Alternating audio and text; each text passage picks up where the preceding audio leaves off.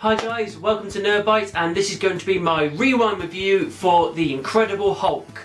This is the second film in the Marvel Cinematic Universe. I enjoyed this film, I didn't mind it. It was definitely considered probably the weakest of the MCU films, but overall it was still a good film. I didn't come away disappointed because it was a hell of a lot better than that Ang Lee Hulk one done many years before. That was shit. But this was a little bit better, it felt better. Ed Norton is playing Bruce Banner, Liv Tyler we've got playing Betty as well. The thing I probably like the most about this film is the fact that they skipped over the origin story. They basically had the origin story in the first 5 minutes of the credits, basically get it out of the way, done, he's the Hulk, you know what's going on, and you can get on with the rest of the film. Because we all know that origin stories, every time you reboot, it does get a bit boring and tedious. So I love the fact that they just skipped over that and just got it out of the way quickly. Bruce Banner's in hiding because obviously people don't want the Hulk around. Basically he's causing too much trouble and he's in hiding, but he's keeping himself in contact with a Mr. Blue basically, and he's calling himself Mr. Green. They're conversing via email, talking about his condition, obviously being Hulk, and the guy keeps asking whether he can see blood samples and he's reluctant, and that obviously builds up to later on in the film. Bruce Banner reluctantly does give a blood sample to Mr. Blue and sends it off for analysis, and that again builds into the next part of the story. Later on he meets up with Betty as well, and she starts taking care of him. The Hulk makes a few appearances here and there, and the main appearances when the army corner him are, I think it's in a library or something like that, and they basically force him to reveal himself as the Hulk by cornering him and gassing him. He gets out, he destroys tanks, and then they send Blonsky in, which obviously the person that ends up becoming the Abomination. They send him in to see how it goes, and he kicks him to the side, hits a tree, and you think, what? He's dead.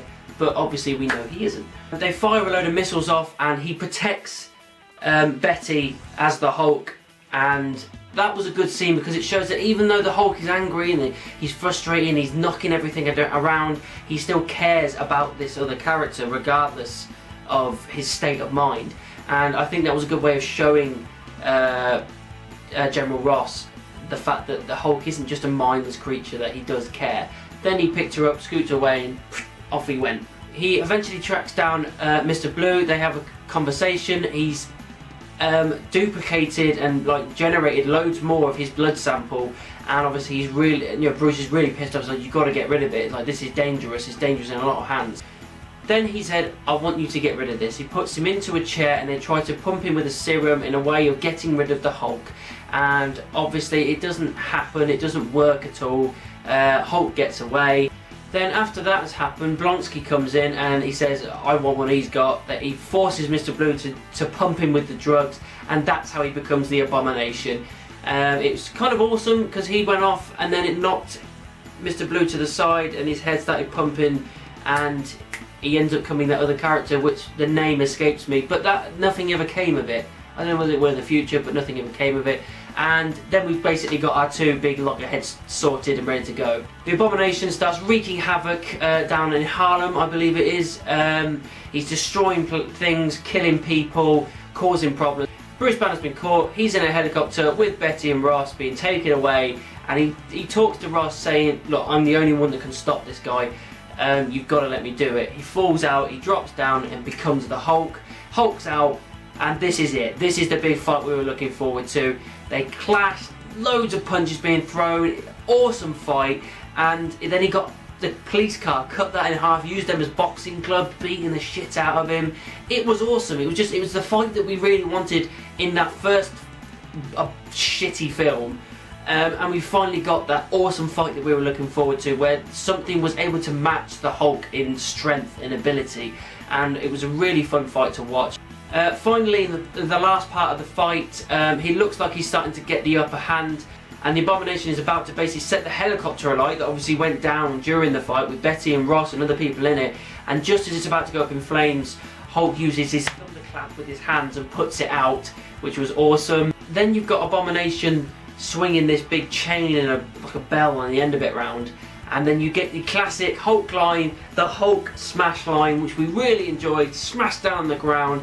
That put Abomination out of commission. Then he got the chain around him, started strangling him, and it was Betty that stopped him from killing him. And Abomination, he passes out, but he doesn't die. He gets taken away by Ross and the rest of the army, and as far as we know, he's still alive. You know, he hasn't died, and that's the end of the film, more or less. The Hulk takes off, and that's it. He's gone, and that's the last we see him in the film. And it was good. It was a better standalone film than the first one, absolutely. But it was better than people were thinking it was going to be. And yes, it has its flaws here and there, but I still really quite enjoyed the film. It was the weakest of the MCU films, but by no means is it the worst film I've ever seen, not at all. Then we obviously get our post-credit scene, which was pretty damn awesome, to be honest. Robert Downey Jr. comes into this bar and Ross is drinking his troubles away. Basically, he's miserable, and then start with his cockiness, just saying, "Oh, this stuff didn't really work out too well for you, did it?"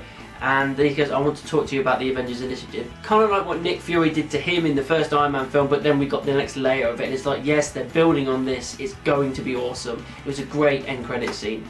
So overall, I think The Incredible Hulk, yes, has its flaws, yes, has its problems, but overall it was still an enjoyable film. I still enjoyed it, and I think it deserves more credit than it's getting, basically, because yes, it's not the best film in the world, but by no means is it the worst. So that's what I thought of The Incredible Hulk. What did you think about it? Let me know down in the comments, or you can send me an email. Also, you can find me on different social media: Facebook, Twitter, Instagram. Type in Nerd Bites and you'll find me anywhere. And of course, keep it nerdy.